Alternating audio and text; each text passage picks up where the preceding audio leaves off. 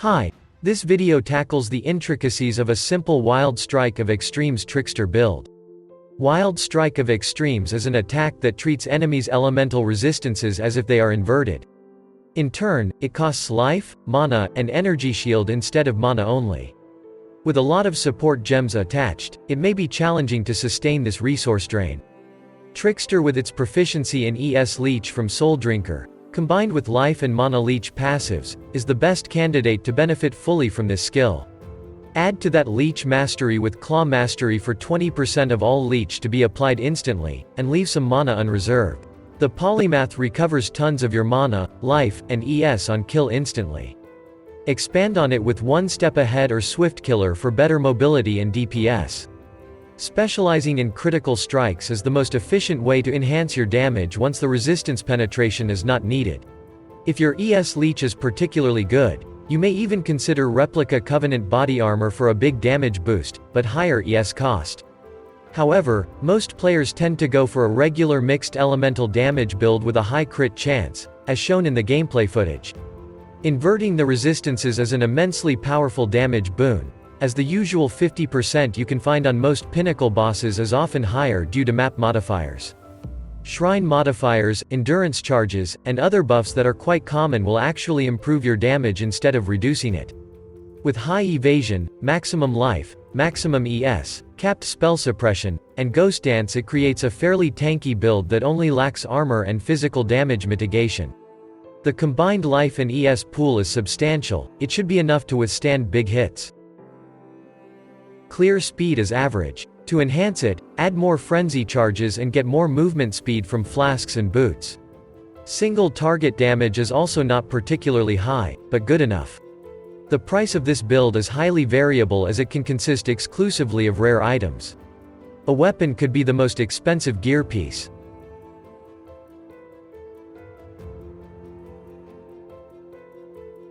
If you've decided to equip Replica Covenant, you will need to make some major adjustments to the build, as the cold damage might be too high to create resonance via Trinity support. Almost all the strength and intelligence can be gained from merely lethal pride and Atziri's reflection.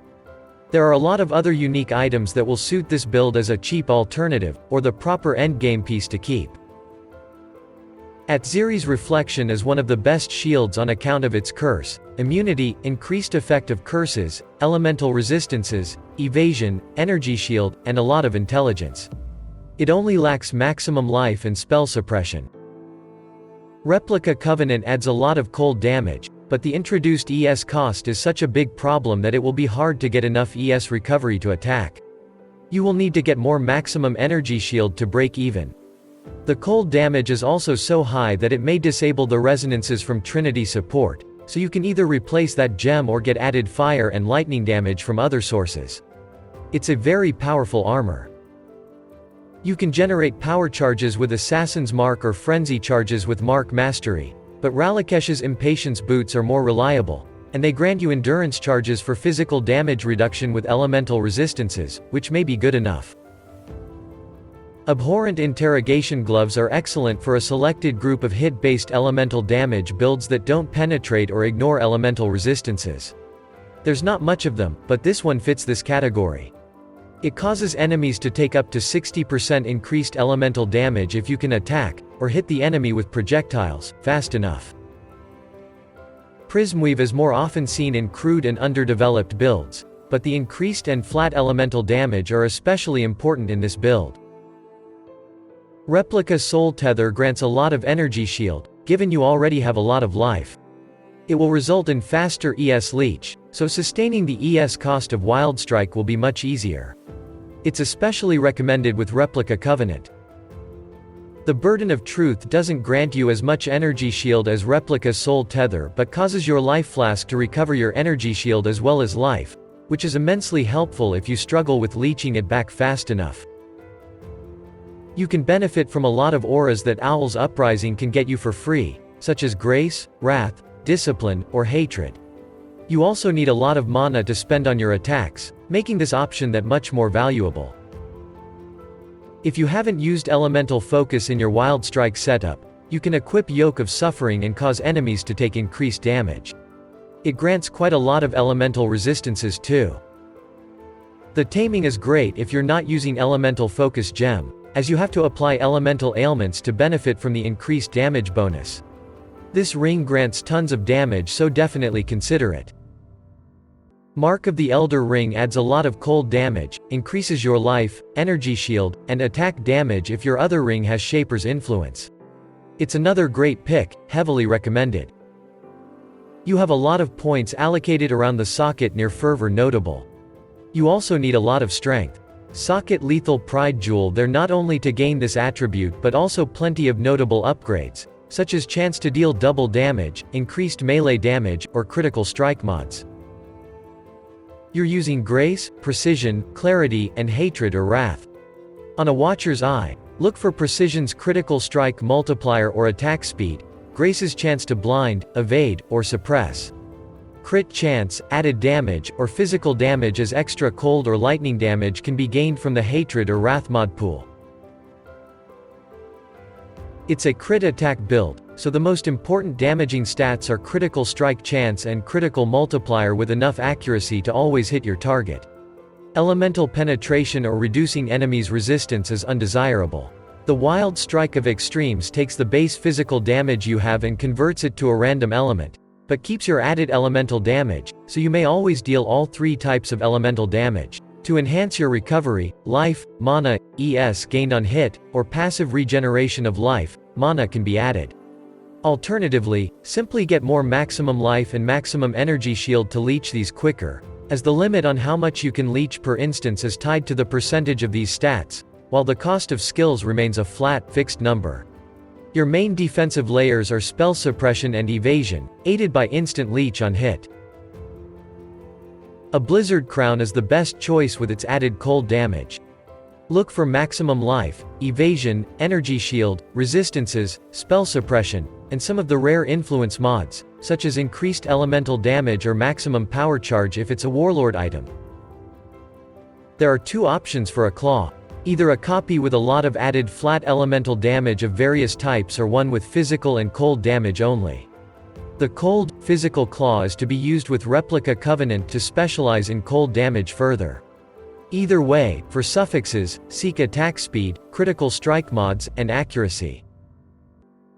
On a shield look for maximum life, spell suppression, resistances, and added elemental damage. Attack speed, attributes, resistances, and basic defenses are too useful.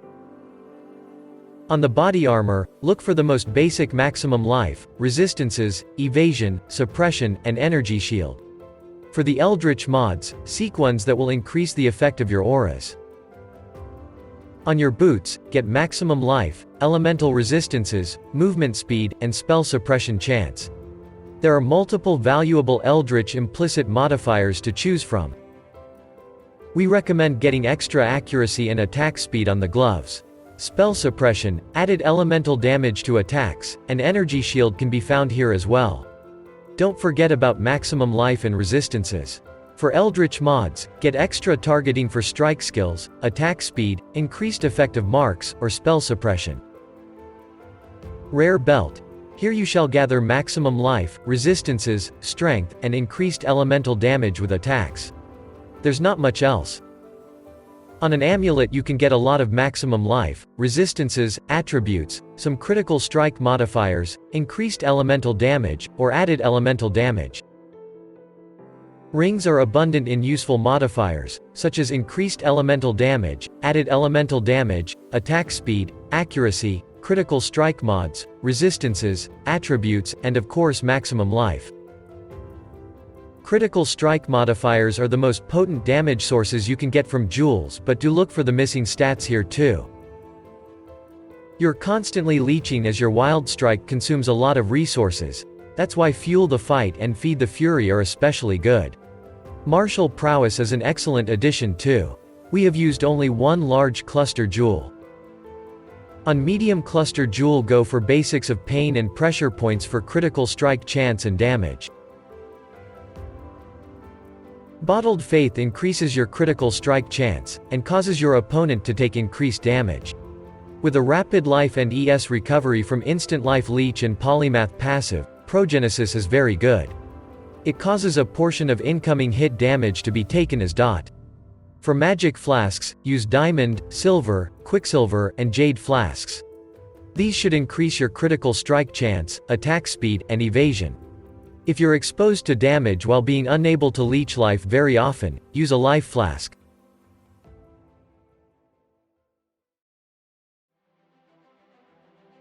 Wild Strike of Extremes is an attack that fires projectiles of random element. It costs life, mana, and energy shield, but deals high damage that treats enemies' resistances as if they were inverted. Link it with multi-strike, elemental damage with attacks, Inspiration, Nightblade, and Trinity. If unable to generate resonance, swap Trinity for elemental focus support. Use Wrath for added lightning damage. Swap it for Hatred if you're using Replica Covenant. Grace adds and increases evasion rating, your main defensive layer. Defiance Banner increases armor and evasion, but also reduces nearby enemies' chance to deal critical strike. Link these three with Enlightened support to reserve less mana. Use Ancestral Protector Totem for more attack speed. Ancestral Warchief grants more melee damage. Link these two with multiple totems support so that you can summon both totems at the same time. You have a low mana regeneration rate, so it's best to use Life Tap on most of your skill setups and leave all your mana for Wild Strike. Assassin's Mark.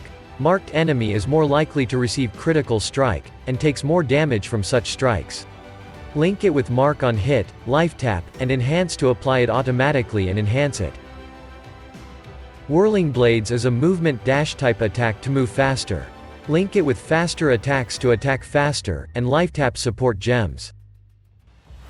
Steelskin reduces incoming damage until it can take no more, or until it expires. Precision increases critical strike chance and adds accuracy. Level it up only to the point where both of these stats are capped at 100%. Clarity. Having some passive mana regeneration is great, as almost all of your mana recovery comes from leech only. Keep it at a very low level. Kill all the bandits in Act 2, you will need these extra 2 passive skill points. Soul of the Brine King for a complete freeze, and partial stun immunity will fit this build like a glove, as our life pool is relatively low. Soul of Abarath for reduced ignite duration, Soul of Garukin for reduced effective shock, or some other minor god for physical damage reduction will suit this build well. On the passive skill tree look for maximum life, evasion, a bit of energy shield mixed into other defenses, claw nodes, critical strike mods, accuracy, suppression, reservation efficiency, leech, multi-shot, and mark the prey. For a keystone, get the Ghost Dance. For masteries, get extra 50 life as life mastery, extra crit multiplier against unique enemies as crit mastery, reservation efficiency as mana mastery, extra strike targeting as attack mastery, lucky spell suppression as suppression mastery, increased effect of auras as reservation mastery, 10% of leech as instant as leech mastery, chance to gain frenzy charge on hit as mark mastery, and 2 claw masteries, for increased elusive effect and more instant leech. You can also go for suitable evasion or evasion and energy shield masteries to upgrade your polymath's recovery and damage further. That is all there is to the Wild Strike of Extremes Trickster. A rather simple build that you should be able to assemble with ease. See you in the next video.